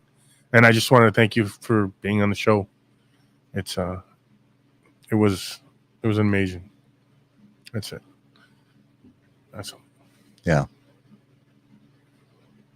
Listen, the thanks goes to you three gentlemen. You're the ones who, day in and day out, are holding those torches up. You're the ones who, day in and day out, are putting these microphones in front of you and these cameras, and spending your valuable time with a numerous amount of people, some which you know and some which you don't know at all. And you're sharing with them. And you're sharing passion. You're sharing an expertise. But you're also sharing a bit of yourselves. And to do that, it takes a very generous soul. It takes an empathetic soul. And it takes a soul which has the foresight, and it has the love and wisdom to share with other people. And may it be an inspiration to all of your viewers, what you're doing and the way that you're doing it. And I can only thank you and give all of my blessings to you and to your wives and to your children, of health and of happiness. And may your beautiful souls and your beautiful education be passed on to your next generations, with as much style and as much friendship as how you're sharing it with us. Well, thank you, brother. Thanks, and if you have a few minutes, I'd love for you to stay through the last little bit of the show with us. Few minutes. It's 5 o'clock in the morning. I have the whole day. That's right. That's right. Well, so I want to check in on the mystery the mystery whiskey. We know that it's a bourbon. Mm-hmm. It's pretty nice. It's like I said, it's got a lot of sweetness to it, a little bit of funk. My first guess is Bullet 10-year. No, sir. My second guess is Russell's Reserve 10-year. No, sir. My third, I don't have a third guess. Eagle Rare 10-year. Eagle Rare 10-year. It's a very nice bourbon. Okay. I figured we'd bring a little something style there tonight. It's very nice. It's very nice. Thank you for that pour, my friend. All right, so I think it's time. Is it time? Are you sure? I think it is. All right, guys, it is time for this week's Numero de los Muertos. And as always, Numero de los Muertos, brought to us by our friends at Smoke Inn.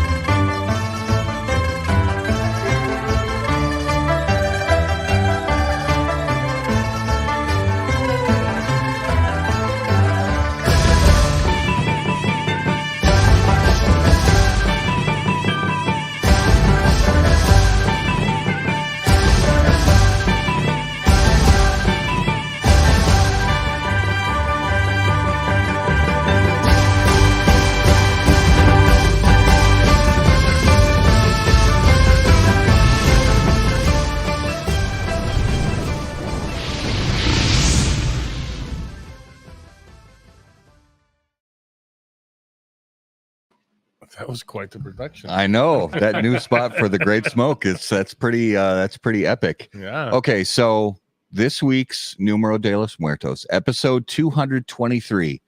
The number is 6. 6.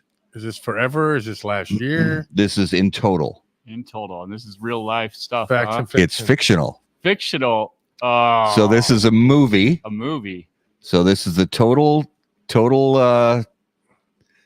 deaths in this particular movie. And here's a big hint. So I bring up this movie in particular because our dear friend Jeremiah, this movie is not set in Brussels, but it is set in somewhere in Belgium. So okay. And the Wait, you want me to guess where it is? So you can guess where it is. Our viewers can guess where it is. So we're trying to figure out the place. Justin and Raul, what's that? We're trying to figure out the place. Well, if you figure out the place, then you'll figure out the title of the movie as well. Okay. I think I know the actors. You know the actors? Yeah. You want to name one of them? Colin Farrell? No, not Colin. That's one of them. Yeah. Oh. Yeah, and the other one's the. So what is it, Raul? I don't know. I can't remember the name. You can't remember the name of the movie. Okay. And the other guy is. So Jeremiah, do you have an inkling of the movie we're talking about? Listen, I'm taking a wild guess, but I'm guessing it's probably Bruges. Yes. Yeah. Yes. So the movie is called In Bruges. Yeah. And it's Colin Farrell and the guy from New York Gangs. That was the Brendan Gleeson. Yes, I love him. So if you haven't seen this movie, it is hilarious. Huh. It's a dark comedy about it's about two hitmen who sort of get shipped off to Bruges to sort of wait and do a job, but then they don't do the job, and the head gangster guy comes after them, and it's just this hilarious dark comedy. Gonna have to watch that one. Good. And I highly recommend the movie. It's really, really good. So that might have been one of the quickest. that was a quick one, but I knew it wasn't going to take a very long time because it's a pretty well-known movie. And again, if you haven't seen it, definitely take the time to go watch that. So that was this week's Numero de los Muertos. All right, let's jump into the lightning round brought to us by J.C. Newman Cigar Company, America's oldest family-owned premium cigar maker, creators of the popular Brick House, Perla Del Mar, Diamond Crown, and The American. J.C. Newman Cigar Company operates out of their 112-year-old El Reloj cigar factory in historic Cigar City, Tampa, Florida. For more information on their cigars or visitor experience, please visit jcnewman.com. All right. So Jeremiah, since you've been on the show before, so you've had some of these questions, but we got some new ones. So, and one of the things I'm curious about is whether it's in Belgium where you're from, or whether it's other areas of Europe, or even in the States. What is your favorite fast food item? If you ever go for fast food, burgers, fries, what's something you just love? Shit, which one do I not love?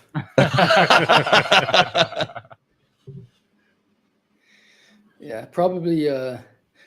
Listen, I don't know. I love junk food. I love food. I love everything. Anything I can swallow, I love. So I guess my favorite one is the one that my wife's not looking at the moment it's in front of me.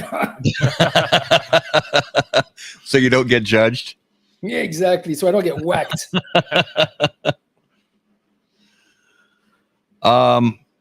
What's your favorite? I mean, I know, as far as I'm aware, you really enjoy wine. Is that correct? Yes. But outside of wine, what's your favorite cocktail? Oof.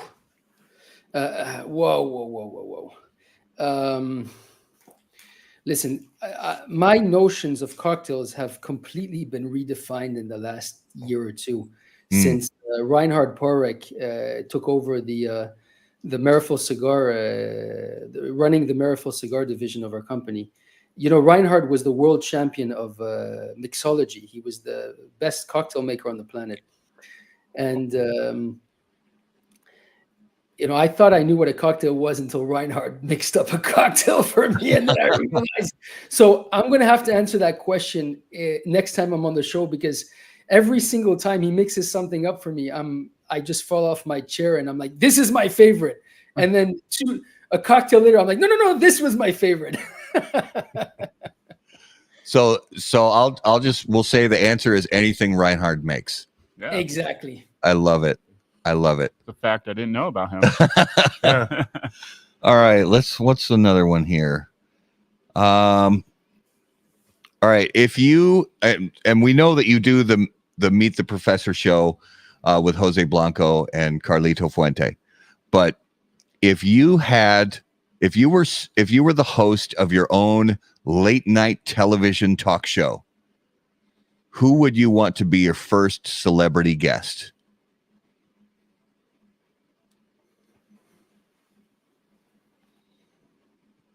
Celebrity guest. It can be past or present. Yeah, we'll say it can be past or present. Someone living or dead. You can choose. You could say back in the era of Johnny Carson or in today's era.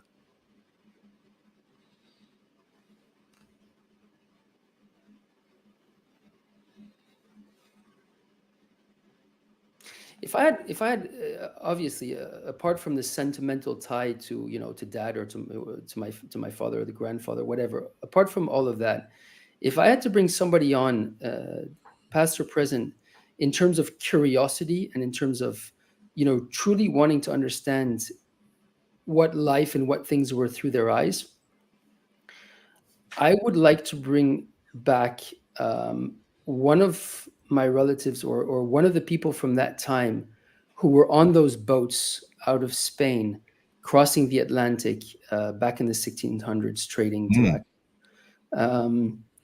Because I would want to gain, being living and breathing and smoking tobacco. I mean, anybody who knows me intimately, you know, there's nothing in my life which doesn't involve a cigar or tobacco in one form. Okay. Now, bringing the guys who were the innovators, who were at the base of that, I think would add a lot to what we're doing and to how we're doing it, to the understanding of the whys. I would definitely want to get one of those pirates back on the table. No, that's great. I love that. Now, I don't know if you've had this question before, but honestly, even if you have, we're going to ask it again. All right. You ready, Jeremiah? Of course. All right. The zombies are coming. You get to pick 3 people from the cigar industry to be part of your zombie apocalypse survival squad. Who would you pick and why? Okay. When you say the industry, do you mean the industry as the public knows it, or the industry behind the scenes that nobody knows? Whoever you think you are going to be able to survive against the zombies with. Yeah, even three main people. So they could be dead, living. Who are those 3 people that are going to help you win against the zombie apocalypse? Okay.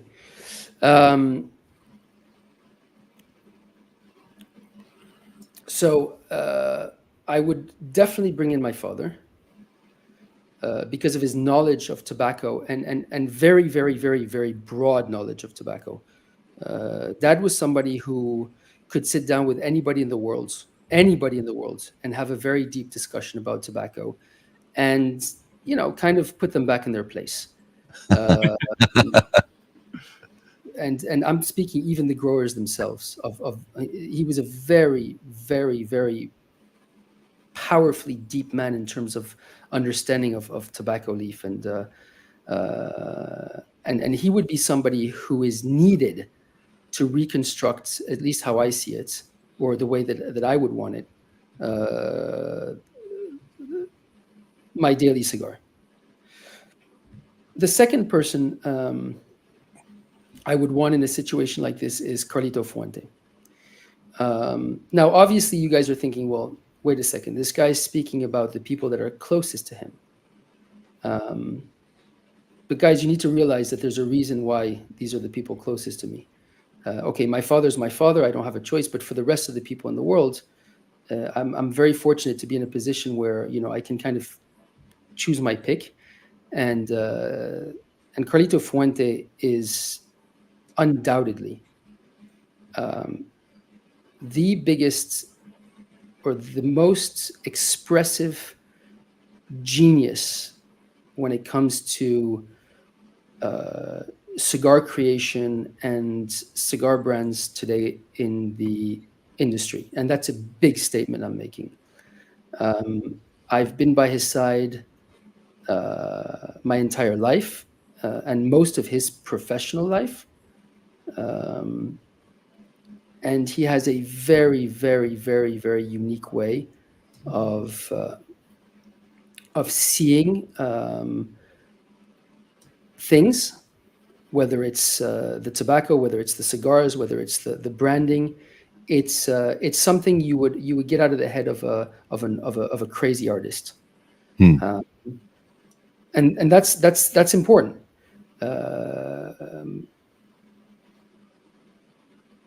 And actually, thanks to that, you know, I have an enormous amount of faith in the future, simply because the influence that had on Liana and Lidiana, and Sophia and Carlos are significant enough for that heritage to be able to be passed down and to continue. Yeah. So Carlito would definitely be the second person, which would be instrumental at bringing back the cigar industry. The third person would be, and I'm not going to name names because nobody's going to know who I'm talking about if I do, would be my team. And I'm mentioning them as a person because they form one unit. My team have learned from my father. They've learned from me. And some of them actually, well, not some of them, all of them, who have been around, and which is most of them actually, from my grandfather. And so the level of understanding of not only the business mechanics in terms of the product and what we're looking for, but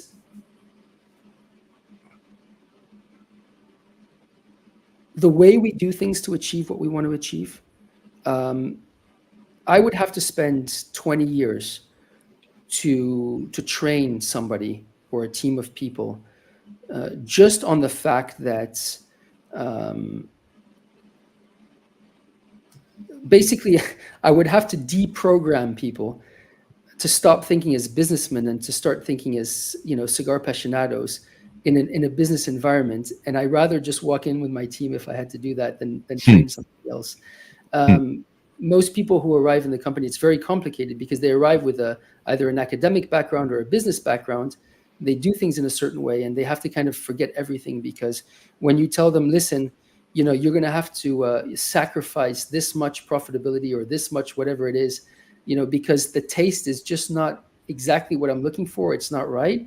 Most people would actually shoot themselves or walk out the door.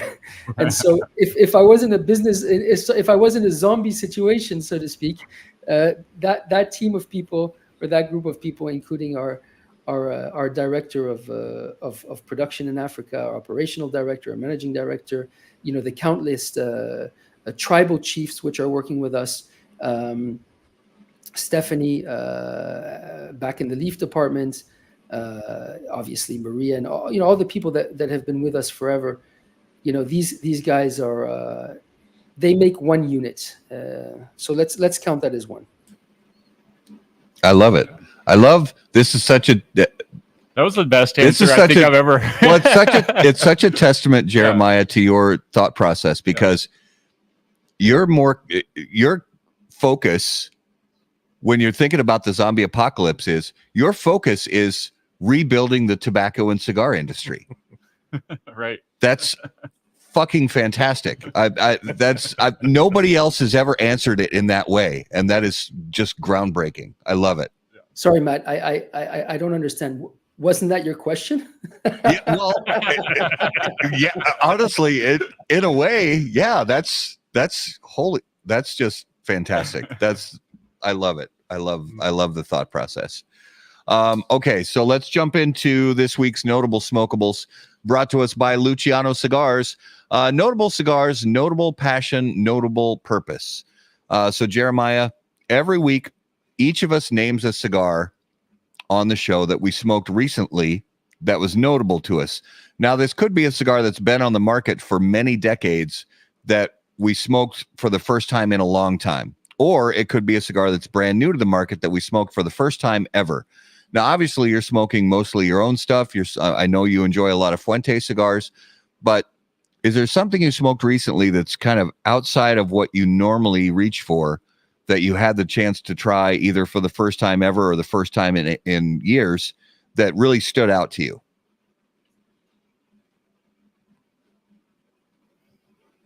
No. No, I'm sorry. No, that's, hey, honest and concise.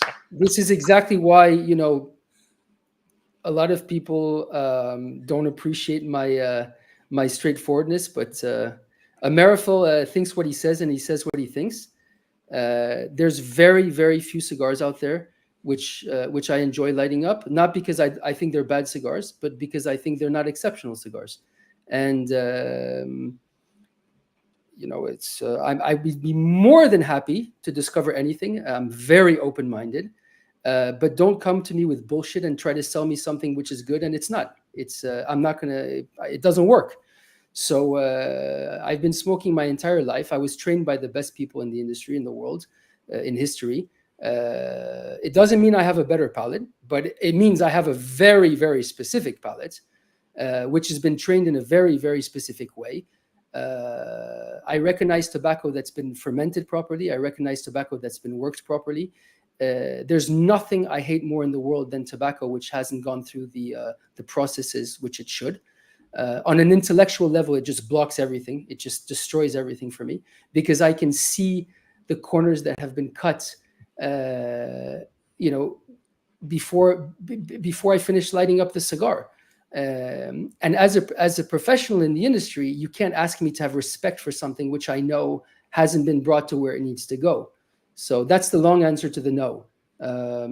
It's very, very, very rare. However, it does happen once in a while that somebody pulls something off where I go, wow, this is good work. This is very, very good work. But it wouldn't be surprising to anybody to know that, my regular smoke is limited to a handful of cigars. Yeah, no, totally understandable. Mm-hmm. Raul, what's your notable this week? Oh, he's going with the cigar we just finished smoking tonight. Let's see that band. Yeah, that band is absolutely. I mean, it's like a gorgeous stained glass window from a church. Let me tell you something about the band, Matt. Let me tell you something about the band.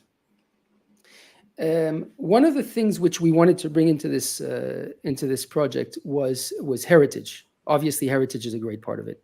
And earlier on, you spoke about Bruges, right? Yeah. Now, you'll see several things in this project which relate back to Belgium. And you'll understand what I'm getting to in a second. When we decided to create, and when I say create, I mean invent a different type of band, something which is different. I remember going to John and saying, John, I need you to create in the same way as lingerie is going to cover the body of a beautiful woman, I want you to create lace to cover the body of the cigar. Lace is actually made in Bruges historically. It's a very, very Belgian thing. And so the notion of lace was one I wanted to bring into the cigar. And John told me, listen, it's impossible. This was 3 or 4 years ago. He said, Jeremiah, it's impossible for technical reasons, which I'm not going to get in on this show. But if you look at the amount of detail on that band, you're actually looking at a piece of paper. So getting that kind of detail cut into a band, it took many, many years of engineering to actually reach it. And what you actually end up with is lace. You end up with, how do you sublime the body of something which is perfect? You know, like the body of a woman, how do you sublime it with lace? The body of a cigar, the wrapper, you're looking at very, very, very, very, very old and expensive wrapper. I mean, certainly the most expensive leaf on the planet ever. You're holding it in your hand when you're smoking that cigar. And how do you sublime it? And coming from a Belgian background, I wanted lace on the cigar. So it's important when you show everybody that band, you need to look at it as lace. It's lace. Yeah. Now, the story of that particular one is the Earnest band, okay? And each of the bands represents the person that they're representing. You see, so the Earnest one, the Meyer one, which you have there, is actually a burst of light, okay? In the Richard, it's a leaf. So I don't think you have one where you are in the studio, but No. if you look at the Richard band, it's tobacco leaves, because my father was responsible for Cameroon as the world knows it today, and the way that's okay. And my great-great-grandfather was from what I understand and what I've read, it was a very, very particular person, very spiritual person, who was very, very attached to the notions and the energies. He was studying astrophysics. He was studying the stars. He was very, very, very Kabbalist in those days. So he was a very scientific mind, and light was very important for him. And you can see this also in our education, in the way we speak, and the importance of spreading that light and spreading that love and spreading that energy. Meyer Meerapfel, Meyer II, was responsible for pushing it down into the future generations that you're actually feeling today. And the band that you have in your hand is that ray of light. It's that initial big bang. It's that initial burst of light. It's beautiful. Yeah. Just stunning. And as much as I appreciate the band, the cigar was phenomenal. Yeah, that is really, Phenomenal. really good. Really very good cigar. I don't know how to follow that, but Well, yeah, but still, tell us what your notable was of this course, week. it's this right now, right? If we're talking about earlier this week, I had a work, meeting I had to go to for some kind of negotiator training in person this week. So I'm like, I just got the box of the Sobremesa Wagashi from Cigar Dojo. Oh, sure, Dunbar yeah. Tobacco Yeah. Trust. So Did you get one? I didn't get one. I gotta let him rest for a second. I just smoked one on the way to the big meeting, and that Cigar Dojo release of the Sobremesa Wagashi by Dunbarton Tobacco Trust is really good. Okay. Buddy. So mine is one that I just posted the review of today on howaboutthatcigar.com. The new one from Hoy de Nicaragua, the Cinco de Cinco. This being the Corona Extra Vitola that I smoked. Nice new blend from those guys. Okay. So fits into that series that they've been working on the last few years. So yeah, but again, this cigar we just smoked on the show tonight, incredible. So incredible. It's a little out of my price range, but I will not smoke for 2 months to get the rest of the line. At least one of the rest of the lines. Yeah. So where can we find these? Yeah, that's what Rich said. Rich said, so for people in the States, are these cigars available in the States? So, gentlemen, I don't want to disappoint you. I have no idea. I am not involved at all in the commercialization these products. Reinhard Porek is the vice president of sales and brand experience for the Meerapfel cigar. Whenever I spend time in commercialization, sales, and development, market developments, it's as president of Fuente International, I represent the Fuente brands, and that's what I build in terms of sales and markets. Reinhard is the man. He is the leader of the Meerapfel cigar division. So I'm very afraid to tell you that Mr. Meerapfel cannot tell you where you can buy a Meerapfel cigar. Well, here's the great thing about that is he's actually going to be on the show in a couple weeks. So there you go. There we go. and that actually brings us to coming attractions, and those coming attractions on How About That Cigar Live brought to us by AJ Fernandez.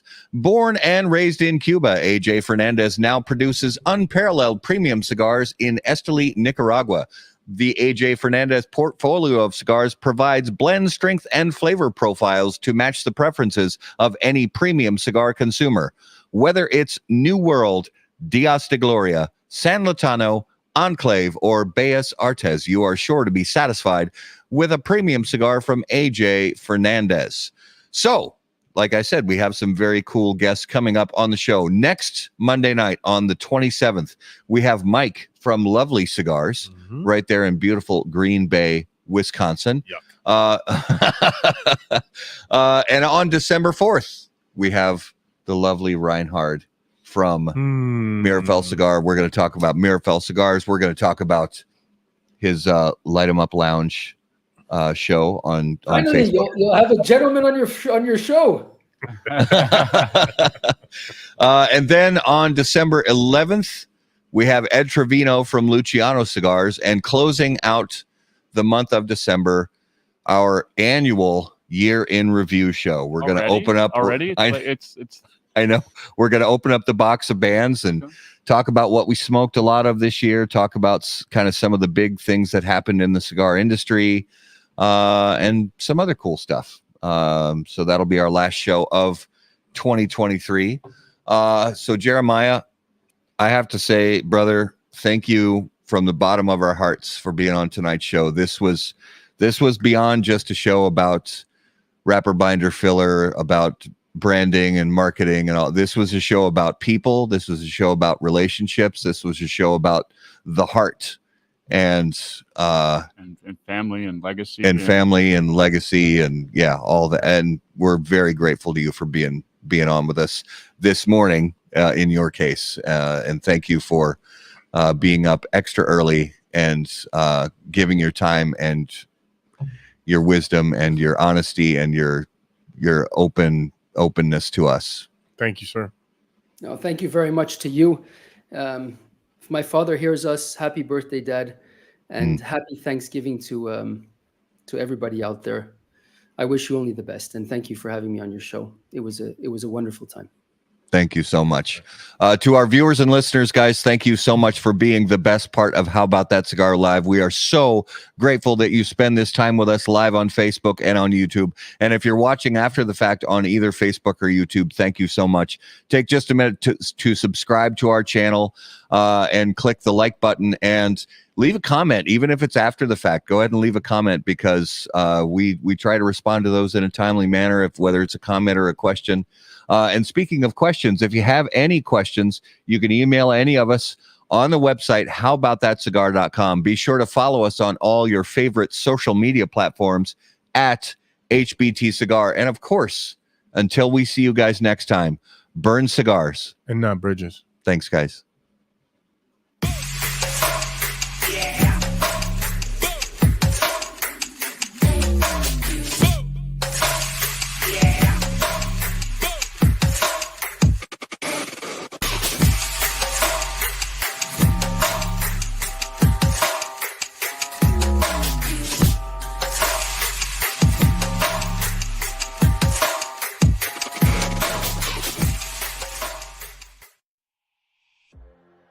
any comments, opinions, viewpoints, or statements presented or uttered by guests on the HBTC podcast, HBTC live video streams, and all other media from HBT Media LLC are solely those of the individual and do not necessarily represent the opinions or viewpoints of How About That Cigar or its parent company, HBT Media LLC, any of our advertising partners, or the premium cigar industry. The primary purpose of How About That Cigar is to entertain and to encourage activity and growth within the community of people who enjoy or want to learn about the enjoyment of premium cigars.